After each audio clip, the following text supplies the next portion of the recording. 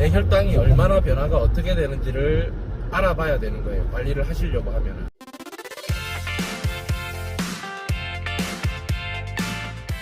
그 다음에 당뇨에 걸렸을 때 해야 된다고 생각하는 거는 꼭 처음에 당뇨에 걸리시면 혈당을 체크를 하라고 이렇게 하잖아요.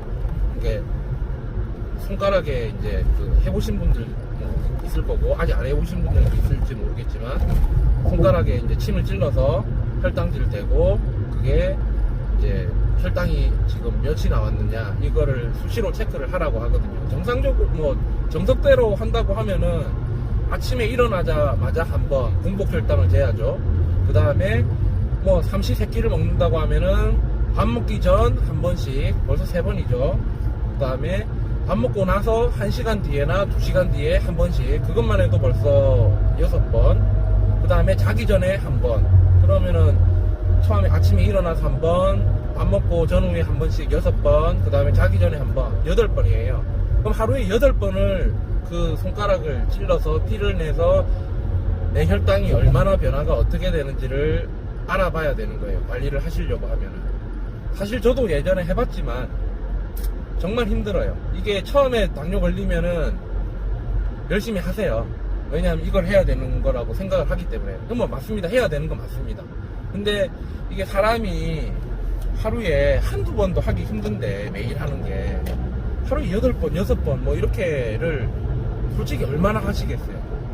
나는 1년이 지나도 그걸 매일 한다, 최소한 하루에 3번 이상, 4번 이상은 한다, 이러신 분들도 있겠지만 저는 그렇게 못했고요.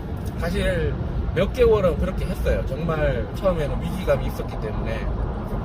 그렇게 하다가 어느 순간인가 그 횟수가 점점 줄어들고 그 다음에 처음에 관리를 빡세게 하면은 분명히 나이가 좀 젊으신 분들은 호전이 금방 돼요. 그 호전이 되는 거를 병원에 3개월, 6개월 이렇게 검진을 받아보다가 보면은 결과가 좋아지면 또 사람 마음이 좀 풀어져요. 그러다 보면은 어느 순간인가 혈당 검사를 안 하게 돼요. 그러다가는 저도 그랬지만 어느 순간인가 나 이제 지금 당화혈색소 괜찮아, 지금 거의 정상 수치로 돌아왔어, 이렇게 돼요. 그렇게 하다 보면은 점점 안 하게 되고, 귀찮아서 안 하게 되고, 나중에는 정말 몇 달, 2-3달 동안 한 번도 안 하는 경우도 생겨요. 그러다 보면은 이게 점점점 내가 당뇨라는 사실조차도 잊어버리게 돼요. 혹시 오진이 아닐까? 나는 일시적으로 뭔가 컨디션이 안 좋아서 그때 당뇨가 잠깐 나왔던 거지, 나는 사실은 이게 정상이 아니었을까? 라는 착각까지도 불러일으키게 합니다. 그렇기 때문에 혈당 검사를 꼭 해야 되는데, 이게 너무 힘들고 번거롭다 보니까 제가 꼭 추천드리고 꼭 해야 된다고 생각하는 것들은, 두 번째는 연속 혈당기라고 있어요. 연속 혈당기라고 팔에 이렇게 이제 부착을 해서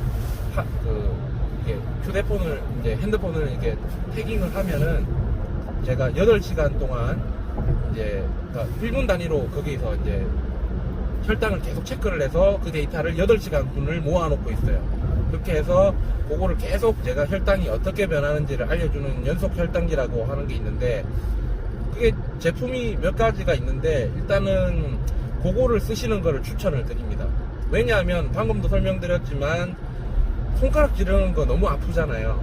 사실 그거 한다고 해도 2달, 3달, 4달 계속해서 하루에 2-3번만 하는 것도 3-4달 연속으로 계속 지키기가 쉽지가 않아요. 그렇기 때문에 요거를 하는 거를 추천을 드리고요. 그 다음에 당뇨에 처음 걸리신 분들이나 당뇨 전 단계라서 혈당을 찍어보면서 관리하시는 분들은 이게 어떻게 혈당을 언제 찍어야 될지를 잘 몰라요.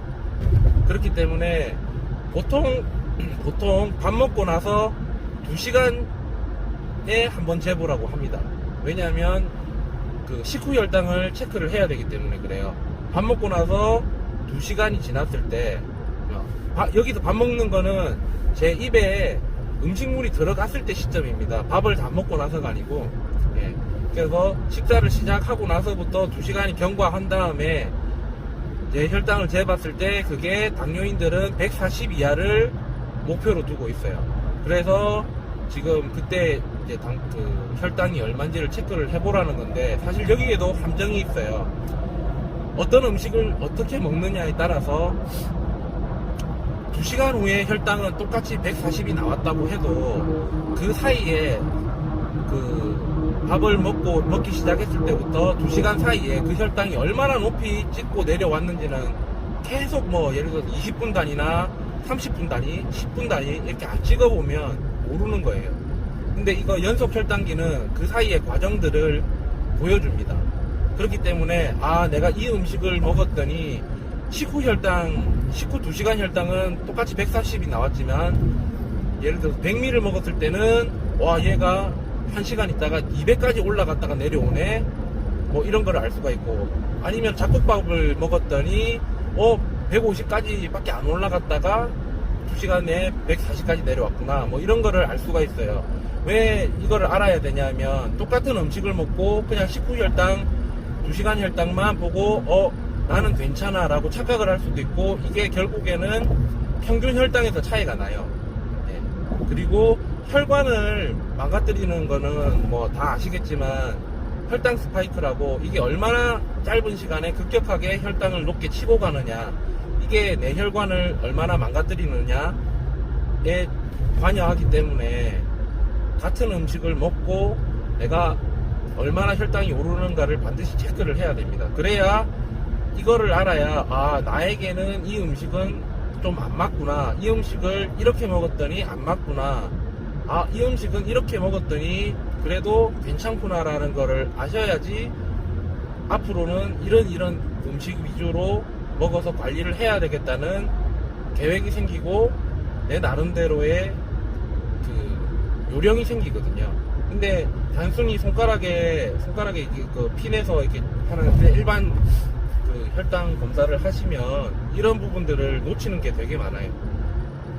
그래서 반드시 저는 당뇨 걸리고 처음에는 공부를 좀 하시고 어느 정도 지식이 쌓이면 그래도 당뇨 판정받고 2달, 3달 이 정도쯤에는 계속 하는 거는 사실 이게 가격이 부담이 있어요. 그렇기 때문에 계속 하는 거는 힘들 수도 있지만, 그래도 한 번, 두 번쯤 이게 연속 혈당기를 한번 사면은 14일 동안 할 수가 있거든요. 제품에 따라서는 좀 다를 수도 있는데, 그래서 14일 동안짜리를 한번 하시면 그동안에 제가 이런저런 테스트를 해볼 수 있잖아요. 음식을 가지고. 그리고 또 운동을 하고 나서 얼마나 떨어지는지도 바로 그 추이를 볼 수 있기 때문에 꼭 저는 연속 혈당기를 추천을 드립니다. 대신 가격이 좀 비싸고요. 연속 혈당기가 약간의 오차는 있어요. 예를 들어서 조금 이제 사람마다 다르고 제품에 따라서 조금 다른 것 같은데 보통은 조금 낮게 나와요. 그래서 그것만 감안을 하시면은 전체적인 흐름이라든지 얼마나 혈당 스파이크가 생겼는지, 그리고 내가 밥을 먹고 나서 식사를 하고 나서 얼마 만에 정상 혈당으로 돌아왔는지 이런 것들을 계속 그래프로 볼 수가 있기 때문에 정말 추천을 드립니다. 그래서 연속 혈당기 웬만하면 한 번이든 두 번 정도는 꼭 해서 자기의 패턴을 파악을 하시고 어느 정도 요령을 터득하시는 것을 추천을 드립니다.